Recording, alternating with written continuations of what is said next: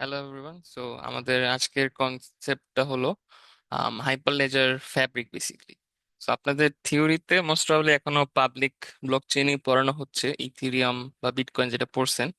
But আমাদের এখনকার focus হলো ল্যাবে প্রাইভেট ব্লকচেইন। এখন প্রাইভেট ব্লকচেইনে আসলে কয়েকটা নাম বলতে পারেন, প্রাইভেট পারমিশন কনসোর্টিয়াম। আমাদের মেইন কনসার্ন মেইনলি কনসোর্টিয়াম ব্লকচেইনটা নিয়ে, তো একটু ডিফারেন্সটা বুঝি যে আমাদের কেন এটাতে সুইচ করা লাগতেছে বেসিক্যালি। সো আমরা জানি যে public blockchain anyone can join pseudonymously, আর তারপর can not pinpoint a specific node. ওই ক্ষেত্রে আমরা কোনো মানুষের সাথে মানুষের ধরেন, হ্যাঁ, প্রাইভেট কি পাবলিক কি আছে, বাট ওই মানুষটা যে কে এটা কিন্তু আমরা ডিরেক্ট বলতে পারি না। এই জন্য কিন্তু আমাদের দেশেও আসলে ক্রিপ্টোকারেন্সি ব্যান্ড কেন, কারণ কে কত টাকা দেশের বাইরে পাঠায় দিচ্ছে ওটা কিন্তু আমরা ট্র্যাক রাখতে পারছি না। একটা মানে আইপি এর মাধ্যমে বা যেমনি হোক ট্র্যাকিং করার চিন্তা ভাবনা থাকলেও, বাট আলটিমেটলি ব্লক চেইন যেহেতু, ওভাবে ডিরেক্ট ট্র্যাক করা যায় না এটা কার। হ্যাঁ, তো এই কন্ট্রোলটা কিন্তু পাবলিক ব্লক চেইনে আমাদের নাই। এই সব ক্ষেত্রে আমাদের প্রাইভেট বা কনসোর্টিয়াম ব্লক চেইন গুলা কিন্তু কন্ট্রোল করা যায়। বাট তার আগে আর যদি একটু বলি যে পাবলিক ব্লক চেইন আমাদের হাই গ্যাস ফি লাগে। আমরা তো জানি যে বিটকয়েন বা ইথিরিয়ামে কত বেশি ট্রানজাকশন ফিও কাটে, বাট কনসোর্টিয়াম ব্লক চেইনে কোনো গ্যাস ফি লাগে না। বেসিক্যালি কনসোর্টিয়াম ব্লক চেইনে না কোনো কয়েনই নাই, কোনো আপনার ক্রিপ্টো কারেন্সি নাই বলতে গেলে, মানে আমরা যেটা নিয়ে কাজ করবো আজকে। আর public obviously all transactions are public, but private কনসোর্টিয়ামে আর কনসোর্টিয়াম ব্লকচেইনে transaction are restricted inside organization. So আপনার হলো এই ট্রানজাকশন গুলো না সবাই দেখতে পারবে না, শুধুমাত্র যারা ওই প্রাইভেট নেটওয়ার্ক বা প্রাইভেট ব্লকচেইনের পার্ট বা কনসোর্টিয়ামের পার্ট, শুধু তারাই ওটা দেখতে পারবে বা স্পেসিফিক কিছু নোট দেখতে পারবে। ট্রানজাকশন অ্যাপ্রুভাল টু স্লো, এটা তো জানি পাবলিক ব্লকচেইনে যে একটু টাইম বেশি লাগে আমাদের। সো পাবলিক ব্লকচেইন কি কি, আমরা বিটকয়েন ইথিরিয়াম তো জানি, আর সোলানাও আর একটা ব্লকচেইন আছে খুব পপুলার। এখন প্রাইভেট ব্লকচেন আমাদের কেন লাগতেছে? আমাদের যদি পার্টিসিপেশন রেস্ট্রিক্টেড করতে হয়, ধরেন আমরা ব্র্যাক ব্যাংক, ব্র্যাক ব্যাংকের শুধু নোটগুলা নিয়ে আমরা একটা ব্লকচেন বানাইতে চাই, বা ধরেন বাংলাদেশের সব ব্যাংক বা প্রাইভেট ব্যাংক, ধরেন ইবিএলও আমরা অ্যাড করলাম, ওদের মধ্যে যদি আমি একটা নেটওয়ার্ক স্ট্যাবলিশ করতে চাই যে ওরা ব্লকচেনের থ্রুতে ট্রানজাকশন করবে। অবভিয়াসলি ব্লকচেনের থ্রুতে সিকিউরলি ট্রানজাকশন আমরা চাইতেছি, এই জন্যই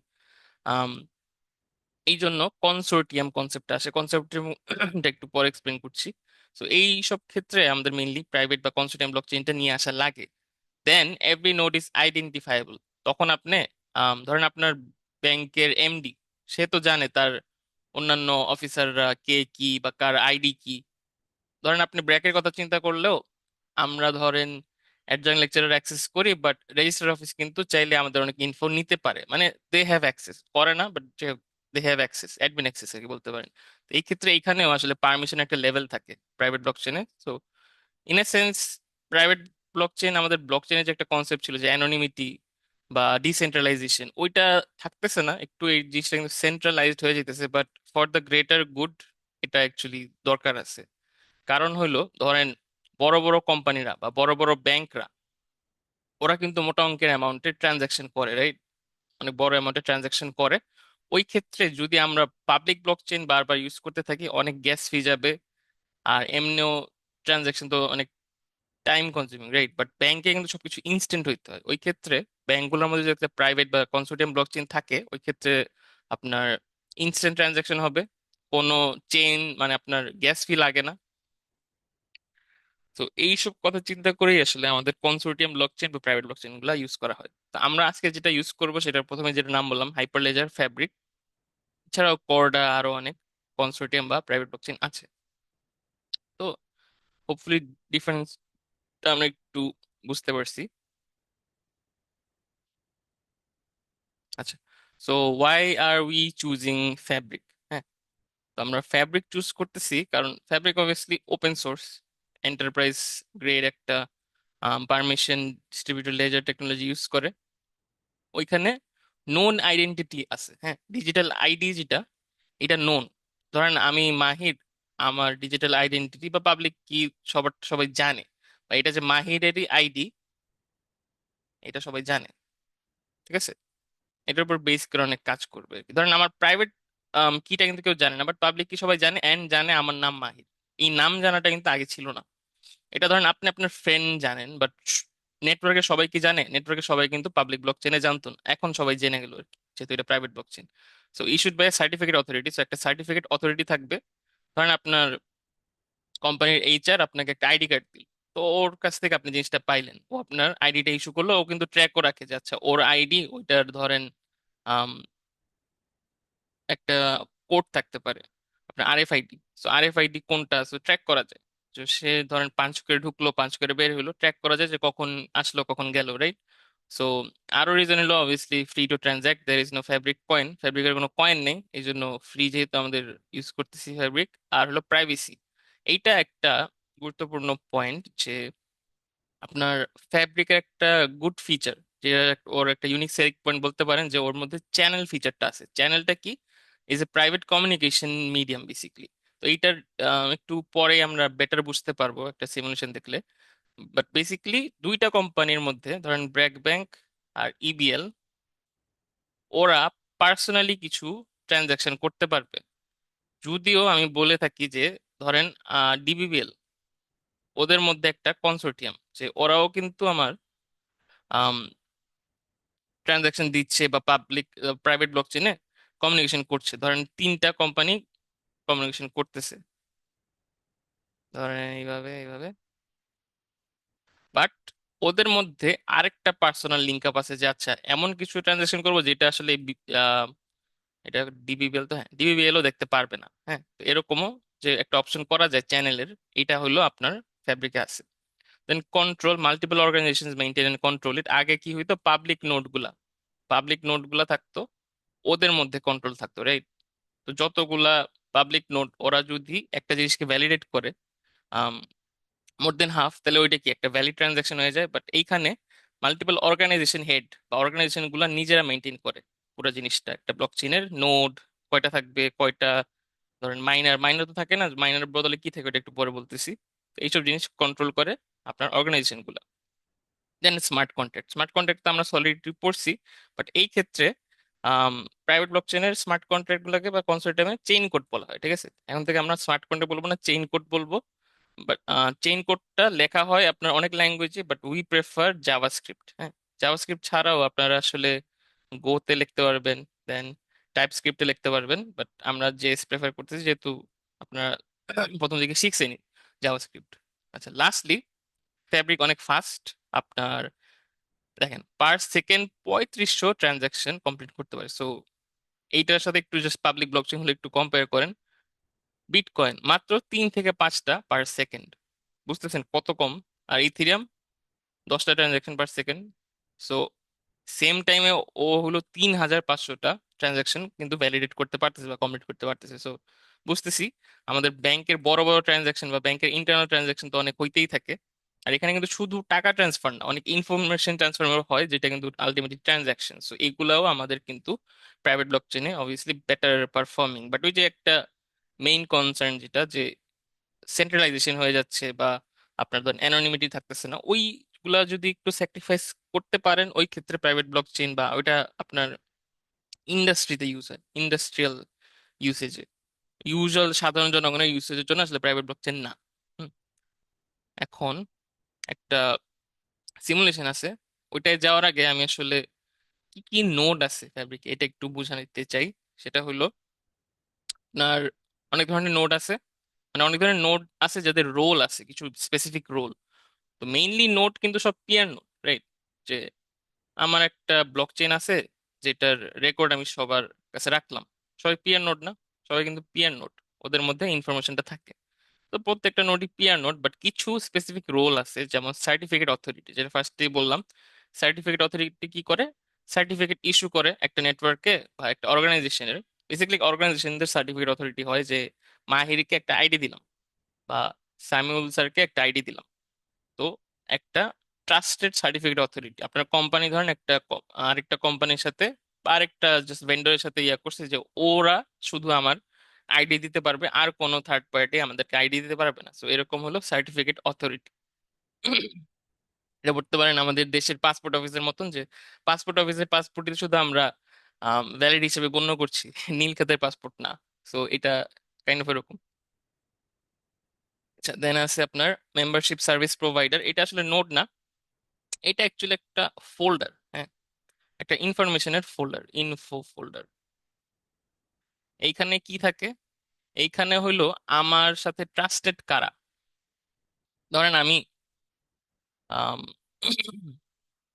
আমার নেটওয়ার্কে কার সাথে যোগাযোগ করব, ওইটা বুঝবো কেমনে? ওইটার জন্য একটা রোল ভেরিফাইং লিস্ট লাগবে না আমার, যে আমার নেটওয়ার্কে কারা কারা আছে। কারা কারা আছে তার চেয়ে বেশি ইম্পর্টেন্ট হলো আমার সার্টিফিকেট ইস্যুয়ারটা কে। দেন যে আমাকে ট্রানজাকশন পাঠাচ্ছে, ধরেন এ টু বি একটা ট্রানজাকশন যাচ্ছে, এখন বি হলো এই ট্রানজাকশনটা ভেরিফাই করবে কেমনে? সে দেখবে যে সিএ একটা যে ছিল, আমার একটা নন সিএ, যে আমাকেও আইডি দিছে, আমার বন্ধু এ কেও আইডি দিছে, ওর কাছ থেকে কেউ আইডিটা পাইছে। আচ্ছা, ওর কাছ থেকে যদি আইডিটা পেয়ে থাকে, তার মানে ও একটা ভ্যালিড পার্সন। তো তখন আমি ট্রানজাকশনটাকে অ্যাপ্রুভ করব। সো ওই জিনিসটার ইনফো জমা থাকে আমার এমএসপি নামের একটা ফোল্ডারে, যে সিএ কে ছিল।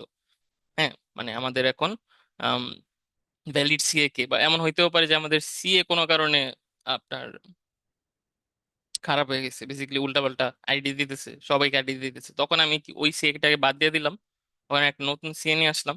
তখন কিন্তু ওইটা আমাদের এমএসপি তে আপডেট করে দিতে হবে, যে এখন ট্রাস্টেড সিএ হইলো এ। তো ওর থেকে যারা যারা আইডি পাইছে তাদেরকে আমি ট্রানজাক্ট করতে দিব। আচ্ছা, তো এইসব জিনিস থাকে। আরো হইলো গিয়া আরেকটু জিনিস থাকে, ওইটা একটু পরে আসবো। এখন হলো মেইন নোট গুলা দেখি। কমিটিং পেয়ার, ওর কাজ হলো শুধু ভ্যালিডেট করা যে একটা ট্রানজাকশন ঠিক আছে কিনা। হ্যাঁ, ট্রানজাকশন ঠিক আছে কিনা। বেসিক্যালি বলতে পারেন যে প্রত্যেকটা নোডই একটা ভ্যালিডেটর বা কমিটিং পেয়ার। ট্রানজাকশন ঠিক আছে কিনা দেখবে। আর হইলো পুরা নেটওয়ার্কের একটা কপি রাখবে। হ্যাঁ, এটা প্রত্যেকটা নোডই রাখবে।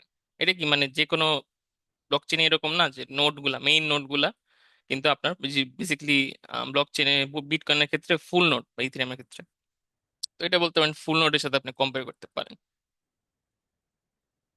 বাট এইখানে কিন্তু দেখেন কোনো মাইনার নাই কিন্তু। মাইনার যেহেতু নাই, সো ব্লক চেইনের যে সিরিয়াল এটা মেনটেন করবে কে? এটা মেনটেন করবে আপনার অর্ডারিং সার্ভিস নোড। ঠিক আছে, অর্ডারিং সার্ভিস নোডের একটাই কাজ অর্গানাইজ করা, যে একটা ট্রানজাকশন আগে আসছে, একটা ট্রানজাকশন পরে আসছে, কোনটা আগের ব্লকে দিবে, কোনটা পরের ব্লকে দিবে। মেইনলি এই জিনিসগুলা কন্ট্রোল করে ordering service node. And lastly endorsing peer, যে হলো আপনার একটা ট্রানজাকশন অ্যাকচুয়ালি স্টার্ট করে বা এক্সিকিউশন করে। স্টার্ট বা এক্সিকিউশন করে, অ্যাট দ্য সেম টাইম ও কিন্তু ভ্যালিডেশনও করে, লাইক কমিটিং পেয়ার। সো এই ধরনের পেয়ার গুলা বা নোড গুলা আমাদের থাকে। জাস্ট একটু রোল গুলা বুঝাইলাম, এটা আপনারা থিওরিতে আরো ইন ডেপথ বুঝবেন, জাস্ট আমাদের ল্যাবের জন্য যতটুকু জানা লাগে আর কি, এইটুকু। হ্যাঁ, সো এটা গেল। এখন একটু সিমুলেশনটা ব্যাক করি। ফার্স্টলি কনসোর্টিয়াম কি? সো কনসোর্টিয়াম হইলো আপনার, এটা যদি একটু সরাই, আপনার এখানে দেখি তিনটা ব্যাংক আছে, ব্র্যাক ব্যাংক, সিটি ব্যাংক, আর হলো অগ্রণী ব্যাংক। হ্যাঁ, so a group of organizations with a shared destiny or business goal to agree to govern a blockchain network. So ওরা তিনজন মিলে একটা ব্লকচেন নেটওয়ার্ক করতে চাইতেছে একসাথে, যে ওরা তিনজন ট্রানজাকশন করবে। এইটাই একটা কনসেপ্ট, আর কিছু না, ইজি ভাষায় এইটাই, যে আমরা তিনটা বা basically multiple organisations share a common destiny বা কমন গোল, যে তারা ট্রানজাকশন করবে উইদাউট পেইং এনি ফি, কারণ এটা প্রাইভেট ব্লকচেন। এন্ড ব্লকচেন সব ধরনের নিয়ম কানুন মেনে, ওদের ধরেন ইন্টারনাল কিছু নিয়ম থাকলো, যে এটা আসলে এত বড় ব্যাংক হইতে হবে, অত ছোট ব্যাংক হইতে হবে, এইসব মেনে দেন কাজগুলো করবে। তো একটা জিনিস দেখেন, এটা আমি একটা কিন্তু ক্লাউডের মধ্যে আনছি। ঠিক আছে, এটা জাস্ট একটা নেটওয়ার্ক বুঝাচ্ছি যে এটা একটা ব্লকচেন নেটওয়ার্ক। একটা জিনিস খেয়াল করেন, এই নেটওয়ার্কের বাইরে একটা নোড আছে, এই যে ইস্টার্ন ব্যাংক। বাট ও কিন্তু এই নেটওয়ার্কের পার্ট না, ও কিন্তু একটা ব্লকচেন নোড। ঠিক আছে, ওর ব্লকচেনে যা যা এলিমেন্ট থাকার কথা ওর সবই আছে, বাট ও কিন্তু এই নেটওয়ার্কের পার্ট না, এই জন্য ও কিন্তু এই ট্রানজাকশন গুলো থেকে বাদ। ঠিক আছে, এই পার্টটা আপনার পুরো সিমুলেশনে বাদ ধরবে। আচ্ছা, এখন একটু দেখি কে কে আছে এই ট্রানজাকশনে বা সরি নেটওয়ার্কে। ফার্স্ট ব্র্যাক ব্যাংকে আসি। ব্র্যাক ব্যাংকের একটা ব্লক চেইন নোড আছে, এটা হলো পিয়ার ডট ব্র্যাক ব্যাংক, এটা ব্লক চেইন নোড আর কি। দেন হলো সিএ। সিএ হলো আমাদের যে সার্টিফিকেট অথরিটি, যে সার্টিফিকেশন দেয়। তো ব্র্যাক ব্যাংকের নিজস্ব একটা সার্টিফিকেট অথরিটি আছে, যে ওদের অন্যান্য নোট, এটা কিন্তু একটা নোট না, মাল্টিপল নোট থাকে, এটা হলো ওর অ্যাডমিনটা। ঠিক আছে, এটা একটু মাথায় রাখবো যে একটা নোড কিন্তু থাকে না, একটা অ্যাডমিন থাকে। এটা অনেকটা আপনার 421 এর রাউটিং এর মতন, রাউটারের থ্রুতে দেন অনেকগুলো ডিভাইস কানেক্টেড থাকে ওরকম। এটা গেল। আরেকটা জিনিস বলছিলাম কি, এমএসপি লাগবে না আমার? এমএসপি কিন্তু লাগবে, মেম্বারশিপ সার্ভিস প্রোভাইডার, যে হইলো আমার নোট গুলা যে ভ্যালিড, আমি যে ওদের মধ্যে ট্রানজাকশন নিব, এই ইনফোগুলা কিন্তু থাকবে এইখানে স্টোর থাকবে। সো সিমিলারলি এনি ভ্যালিড নোডের মধ্যে দেখেন, অগ্রণী ব্যাংকের একটা অ্যাডমিন নোড আছে, দেন ওদের একটা সিএ আছে, দেন ওদের একটা এমএসপি আছে, সিমিলার টু সিটি ব্যাংক। এখন এক্সট্রা যেটা দেখেন ওদের মধ্যকার এই যে দেখেন কানেকশনটা, এটাকে আমরা বলতেছি কনসোর্টিয়াম। ওরা এখানে এক- এটা বলতে পারেন চ্যানেলের থ্রুতে একটা কমন চ্যানেলের থ্রুতে ট্রানজাকশন গুলো করবে। ওইখানে কি বলছিলাম, একটা অর্ডারিং নোট থাকে না, যে হলো ব্লক চেনের সব ট্রানজাকশন গুলোকে অর্ডার করে। সো এইটা হলো অর্ডারিং নোট, যেটা আমার কনসোর্টিয়ামের পার্ট। এখন দেখেন আমি কিন্তু স্পেসিফিক্যালি 3টা সার্ভার রাখছি এখানে। এটা রিজন হইলো ইউজুয়ালি একটা কনসোর্টিয়ামে যারা যারা এই পার্ট অর্গানাইজেশন, তারা সবাই ওদের পক্ষ থেকে একটা অর্ডার সেন্ড করে। তো ও একটা অর্ডার পাঠাইছে, ও একটা অর্ডার পাঠাইছে, ও একটা অর্ডার পাঠাইছে। তো দেখেন এই জন্য 3টা অর্ডারিং সার্ভিস আছে। ওই অর্ডারিং সার্ভিসের নিজস্ব এমএসপি থাকে, নিজস্ব সিএ অর্ডারার থাকে, সরি সার্টিফিকেট অথরিটি থাকে, কারণ ওরাও কিন্তু নোড, ওদেরও কিন্তু আমার আইডেন্টিফিকেশন লাগবে, আইডি লাগবে, তিনটারই। দেন অর্ডারের এমএসপিটা কেন লাগে? এমএসপি লাগে কারণ ধরেন এই এমএসপি কি ধারণ করে, যে এই নেটওয়ার্কে বা এই ব্লকচেনের আন্ডারে যে নোডগুলো আছে ওরা ট্রাস্টেড কিনা, রাইট? সো ওর সি এর ইনফরমেশনটা থাকে। বাট এখন ধরেন অর্গানাইজেশন টু অর্গানাইজেশন ট্রানজাকশন হচ্ছে, ওই ইনফোটা কে স্টোর করে রাখবে, যে ভ্যালিড নোড যে এটা আমি বুঝবো কেমনে, বা ওর সিএ কে, ওর সিএটা ট্রাস্টেড কিনা, এইসব ইনফরমেশন স্টোর থাকবে আপনার এই অর্ডারের এমএসপি তে। হ্যাঁ, তো এই ইনফরমেশন গুলো এখানে স্টোর থাকবে, যাতে আমার ইন্টার অর্গানাইজেশন ট্রানজাকশন গুলো হয়।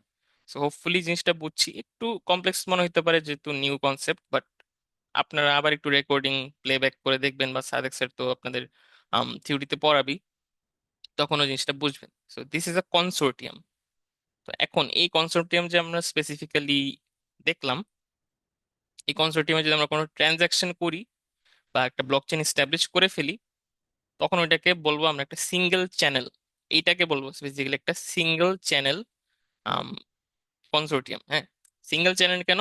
Private subnet or dedicated communication mechanism. তো এর আগে কমিউনিকেশন মেকানিজমটা ছিল না, এখন ধরেন কমিউনিকেশন মেকানিজমটা চলে আসছে। কেমনে আসবে? যে কোনো কনসোর্টিয়াম অ্যাকচুয়ালি রানিং করতে গেলে, বা আপনি যদি এখন কমিউনিকেশন শুরু করতে চান, আপনার একটা চেইন কোড লাগবে। চেইন কোড ছাড়া জিনিসটা হবে না। চেইন কোড কি, আমাদের যে সলিডিটিতে যেরকম স্মার্ট কন্ট্রাক্ট ওরকম চেইন কোড লাগবে, যে চেইন কোডের নির্দিষ্ট রুল থাকবে। ধরেন আমি বললাম যে ট্রানজাকশন গুলা 100 ইথারের, বা সরি 100, ওদের ধরেন নিজস্ব কোনো কারেন্সি বা অ্যামাউন্ট আছে, 10,000-এর উপরে কোনো ট্রানজাকশন থাকতে পারবে না। ধরেন এর একটা রুল থাকলো। পরে হইলো আপনার অ্যাডমিন নোড থেকে কিছু ট্রানজাকশন আসতে হবে। অ্যাডমিন নোড কিছু স্পেসিফিক কোম্পানি বেসিসে আপনারা রুল বানাইতে পারবেন চেইন কোড। ঠিক আছে, চেইন কোড আমরা দেখবো ল্যাবে সিমুলেট করলে, কিছু চেইন কোড আমরা ইউজ করবো অ্যাকচুয়ালি। তো এরকম কিছু জিনিস মিলে একটা চেইন কোড আপনি বানাইলেন, যেই লজিকই হোক চেইন কোড বানাইলেন। সো ওই চেইন কোডটা কিন্তু আমি এখানে অ্যাড করছি, দেখেন এই যে সিসিএ, সিসিএ, সিসিএ। এ কেন, সিসিএ কেন, and সবগুলা সেম কেন? কারণ হলো সব নোডেই এই সেম আপনার চেইন কোডটা পাঠানো হয়েছে। তো সবাই এই চেইন কোডটা সম্মতি দিছে। দেন ওইটার বেসিসে একটা লেজার ক্রিয়েট হয়েছে। লেজার কেন? কারণ আমাদের প্রত্যেকটা ব্লকচেইন ট্রানজাকশন একটা লেজারে রাখতে হবে না আলটিমেটলি। তো লেজারটাও কিন্তু ওরা শেয়ার করে। এখানে যদিও আমি 3টা নোডই দেখাচ্ছি, বেসিক্যালি কিন্তু সেম, কপিটা রাখে না, ব্লকচেইনের ট্রানজাকশনের কপি। সো এই 2টা এলিমেন্টের কারণে কিন্তু ও আমার এই চ্যানেল, এই কনসোর্টিয়াম, এই চ্যানেলের পার্ট হয়ে গেল, চ্যানেল এ এর পার্ট হয়ে গেল। এটা একটা গ্লোবাল চ্যানেল ওদের মধ্যে। বাট দেখেন ইস্টার্ন ব্যাংকের নোটটাতে এই সিসিএ নাই, লেজার তো নাই, ঠিক আছে, এমএসপিও নাই। এই জন্য সে কিন্তু একটা ইনভ্যালিড নোট। ও যদি কোনো কারণে ওদের কারো আইডি পায়, ধরেন ট্রানজাকশন করতে চায়, হ্যাঁ ধরেন অগ্রণী ব্যাংকে ট্রানজাকশন করতে চায়, কিন্তু ও কিন্তু পারবে না, কারণ ওর কাছে যে সিসিএ তো নাই, ও ওইটা নিয়মও জানে না, ওর কাছে লেজারটাও নাই, কমন লেজারে সেহেতু ট্রানজাকশনটাও হবে না, আবার ওর কাছে এমএসপিটাও নাই, যে ইনফোটা রাখবে যে চ্যানেলের আসলে অর্ডারিং সার্ভিস কে আছে, কি আছে, এইসব ইনফো নাই। তো এটা একটা সিঙ্গেল চ্যানেল, যেটা বললাম ফ্যাব্রিকের চ্যানেল থাকে। চ্যানেল শুরু করতে হইলে আমার একটা চেইন কোড ইনভোক করতে হয় বা রান দিতে হয়। আচ্ছা, তো এটা গেল। বাট ধরেন এখন আপনার মন চাইলো যে আমি আসলে ব্র্যাক ব্যাংক আর সিটি ব্যাংক শুধু ওরা কিছু পার্সোনাল ট্রানজাকশন করবে যেটা আমার অগ্রণী ব্যাংক জানতে পারবে না। তো ওইটাকে বলা হলো মাল্টি চ্যানেল, যে এই নেটওয়ার্কটার মধ্যে বা কনসেপ্টের মধ্যে একটা তো আমার চ্যানেল আছে, চ্যানেল এ গ্লোবাল, যেটা আমার তিনটা কোম্পানি অ্যাক্সেস করতে পারতেছে। আরেকটা চ্যানেল আমি বানাইলাম, দেখেন এই যে ব্লু সার্কেলটা বা ওভালটা যেটাই বলেন, শুধু ব্র্যাক আর সিটির মধ্যে। তো এটা কিন্তু আমার অগ্রণী ব্যাংক জানতে পারবে না। ও যদি ওই রকম কোনো ট্রানজাকশন করেও ইট ওয়ন্ট বি ভ্যালিডেটেড, কারণ ওইটা আমার সিসিবি বা চেইন কোড বি ফলো করে করতে হবে, ঠিক আছে? তো চেইন কোড বি একটা ক্রিয়েট করলাম, আবার কিন্তু লেজার বিও ক্রিয়েট করতে হবে, কারণ এই প্রত্যেকটা চেইন কোড বা প্রত্যেকটা চ্যানেলের একটা স্পেসিফিক সেপারেট ব্লক বা লেজার থাকে। তো এই ট্রানজাকশন গুলা কোনোভাবেই মিক্স আপ হবে না। এটা কিন্তু আমাদের পাবলিক ব্লক চেইন না যে সবকিছু একটা লেজারে, এটার জন্য কিন্তু multiple channel, multiple chain codes, multiple আপনার লেজার, এইভাবে ইনফরমেশন গুলো স্টোর হয়। তো হোপফুলি জিনিসটা বুঝছেন যে এই জিনিসটা খুবই ইম্পর্টেন্ট, যে মাল্টি চ্যানেল করা যায়। তাহলে আমার পার্সোনাল কিছু ট্রানজাকশন করতে পারবো আমি চাইলে। যে ব্র্যাক আর সিটির মধ্যে ওদের ধরেন কোনো পার্সোনাল অ্যাফিলিয়েশন আছে, ধরেন ওরা কোনো এত বড় ট্রানজাকশন করতেছে যেটা ও জানিতে চাইতেছে না অগ্রণী ব্যাংকে, এটা আসলে একটু ইন এ সেন্স ব্লক চেনের একটা ইয়াই হারায় ফেলায়। ধরেন ডিসেন্ট্রালাইজেশন, এটা কিন্তু একটু সেন্ট্রালাইজ হয়ে যেতেছে, যে ওরা পার্সোনালি কিছু করতেছে মার্কেট ব্রেকিং, বাট আপনি জানতে পারতেছেন না অন্য ব্যাংক হিসেবে। But it is what it is. But block chain যেহেতু সিকিউর, সবকিছুর ইনফরমেশন দ্যাট স্টোর থাকতেছে এটি। সো আমাদের ল্যাবের ফোকাস হইলো আসলে দুইটা অর্গানাইজেশনের মধ্যে। ল্যাব ওয়ানের ফোকাস হইলো দুইটা অর্গানাইজেশনের মধ্যে একটা চ্যানেল ক্রিয়েট করা আপাতত। তো এটা আপনারা ধরেন মাল্টি চ্যানেল নিজেরা একটু ট্রাই করবেন, আমরা ট্রাই করব আজকে যেটা single channel but in for two organisation. ঠিক আছে, ধরেন যে অগ্রণী ব্যাংকটা নাই, দুইটা অর্গানাইজেশনের জন্য আমাদের একটা সিঙ্গেল চ্যানেল ক্রিয়েট করব, কিছু ট্রানজাকশন করব। হ্যাঁ, তো কিছু ট্রানজাকশন করব। তো একটু যদি আমি ল্যাবের পার্ট কন্টেন্টে যাই, কারণ এটা হলো আমার ল্যাবের কন্টেন্ট আজকের। তো এটা আসলে আপনার ল্যাবটা পুরোটাই একটা কপি পেস্ট ল্যাব, আপনারা এগুলা জাস্ট পর পর স্টেপ অনুযায়ী কপি করে যাবেন। তো আমি একটু জাস্ট গো থ্রু করি অ্যাকচুয়াল আন্ডারলাইং থিওরিটা কি আর হলো। আচ্ছা, এটা আগে শেষ করি। সো ডকার ইউজ করতে হবে, ডকার কম্পোজ ইউজ করতে হবে, একটু ভার্সন গুলো চেক করেন। ডকার ক্রিয়েট করবেন, কিছু ইউজার অ্যাড করবেন নিউ ডকার গ্রুপের জন্য। দেন এখানে হলো আপনি কোন ফোল্ডারে কেমনে কি করবেন। আচ্ছা, এখানে একটা জিনিস, আপনার ল্যাবের পিসিতে করলে আসলে ইস্যুটা অনেকে ফেস করতেন যে আপনার ক্লিন পিসি না, ঠিক আছে? কারণ এই যে ফ্যাব্রিকের নেটওয়ার্ক স্টাবলিশ করতেছি, এই ইনফরমেশনটা কিন্তু একদম আপনার রুট ডিরেক্টরিতে স্টোর হয়ে যায়। তো আপনি যদি পিসি পাল্টান বা ইউজার পাল্টান, ধরেন আপনার ফ্রেন্ড করে গেছে ল্যাব, আপনি করতে আসতেন, এটা হবে না। আগে ক্লিন করতে হবে। ক্লিন করার স্টেপ গুলো সবাই তাও একটু করেন, যদি আপনি কখন ফ্যাব্রিক ইউজ নাও করে থাকেন, সবসময় ফ্যাব্রিকের কোনো প্রজেক্ট রান দিলে এই কয়টা কোড আপনার মানে এইখান থেকে, হ্যাঁ, এটা তো আপনার ফ্যাব্রিকের ল্যাব ডিরেকশন, এইগুলা রান দিবেন অবভিয়াসলি, এই তিনটা লাইন। আচ্ছা, তো ফ্যাব্রিক আমি স্টার্ট দিলাম। ফ্যাব্রিক হলো আপনার গিটহাব থেকে আম, মানে কার্ল থেকে আসলে ইনস্টল হয়, কার্ল থেকে ইনস্টল করবেন ফ্যাব্রিক। বাইনারি ফাইলটা হলো আপনার মেইন জিনিস। বাইনারি ফাইলের মধ্যে আপনার ওই যে পিআর আর অর্ডার নোট গুলো থাকে, ওগুলো একটু ভার্সন গুলো আপনি ট্রাই আউট করে দেখবেন। এটা হলো চেক পয়েন্ট ওয়ান। সো আপনারা যারা বাসায় ল্যাব করতেছেন আজকে, এটার একটা স্ক্রিনশট নেবেন আপনার টার্মিনাল থেকে, যাতে আপনার নাম দেখা যায় এন্ড আজকের ডেটটা দেখা যায় যে আপনি কোন টাইমে এই স্ক্রিনশটটা নিছেন। ঠিক আছে, যাতে আমি ভেরিফাই করতে পারতেছি সবাই নিজেরা অ্যাপটা করতেছেন। Then running test network and deploying the chain code, আমরা একটা চেইন কোড ডিপ্লয় করব। তার আগে আমরা আসলে নেটওয়ার্কটা অন করব। So network up, certificate authority সহ আপ করতেছি আমরা। আর আমাদের হইলো, দেখেন, because Fabric is private and certificate authority, we are using the CA flag to boot up three CAs, one for the organization one, one for organization two, and one for the orderer. Orderer কিন্তু একটা CA থাকবে, তিনটা CA আমার on হবে। দেখেন, আপনার on করলে আপনার একটা, দেন অন করলাম, দেন হলো আমরা একটা নেটওয়ার্ক ক্রিয়েট করলাম। Network create channel, sorry network না, চ্যানেল ক্রিয়েট করলাম মাই চ্যানেল নামে।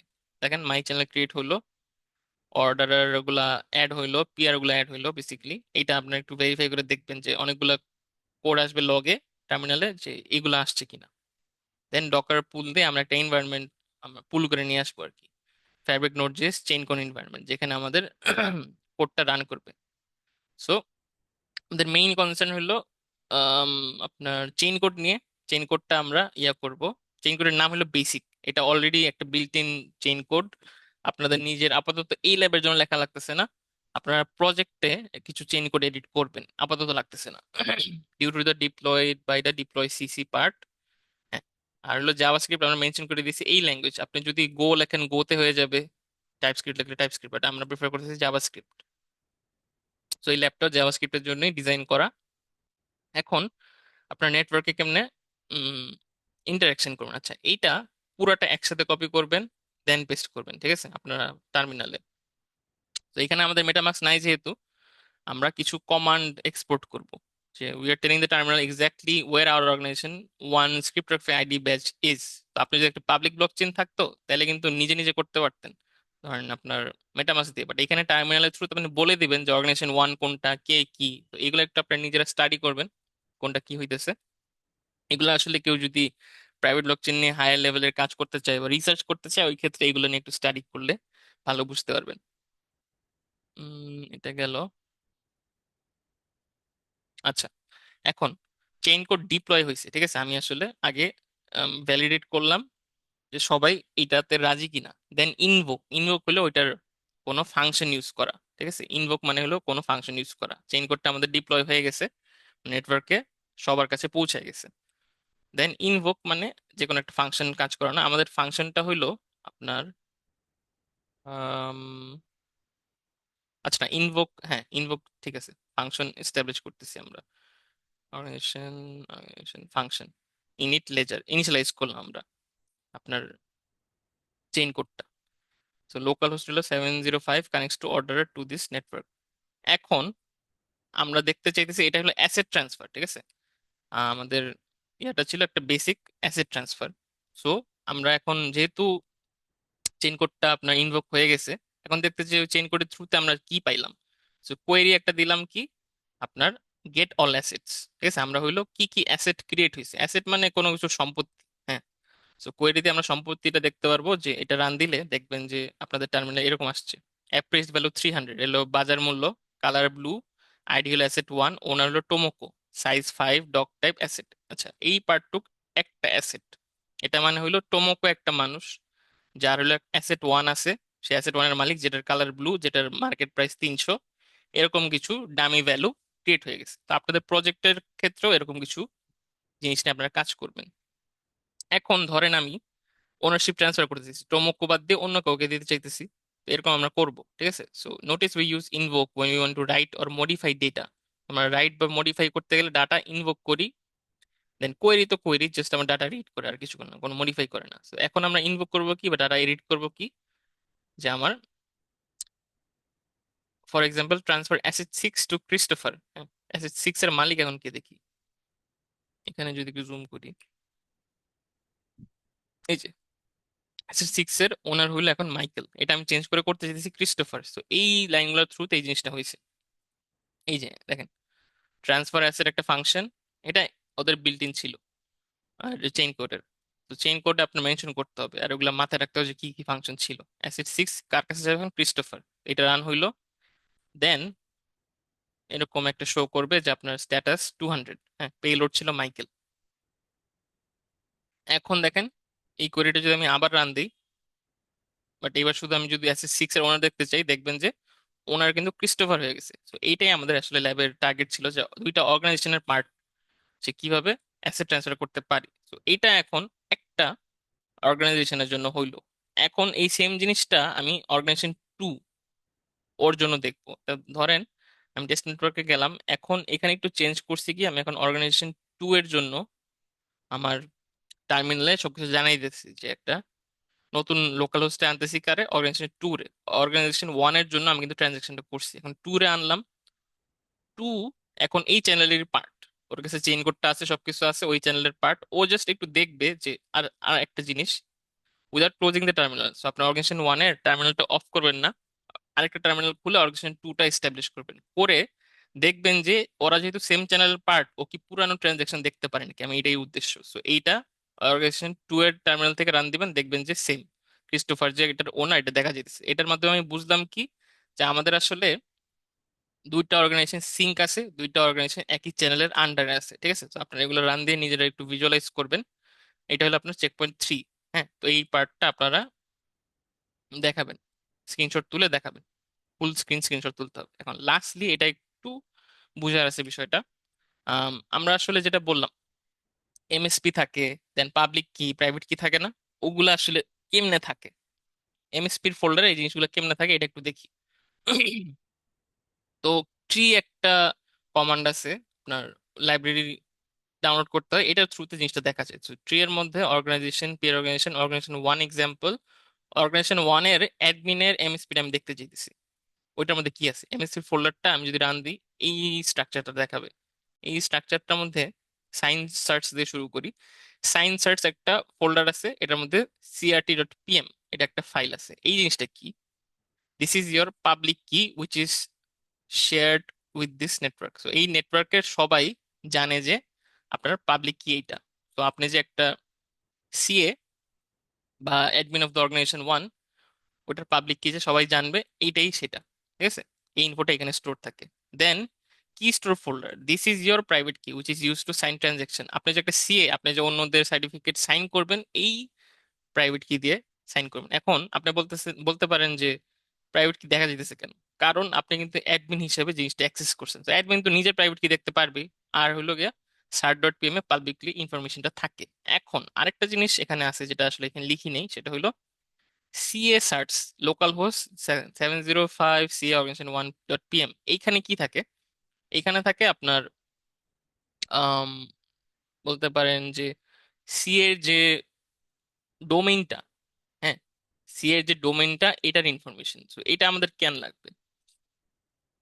এটা আমাদের লাগবে কারণ হলো আপনার যে আইডেন্টিটি, এটা তো আসলে যেটা বললাম আপনার পাবলিক কি থ্রুতে জানবেন, এটা একটা জিনিস। আরেকটা হইলো আম,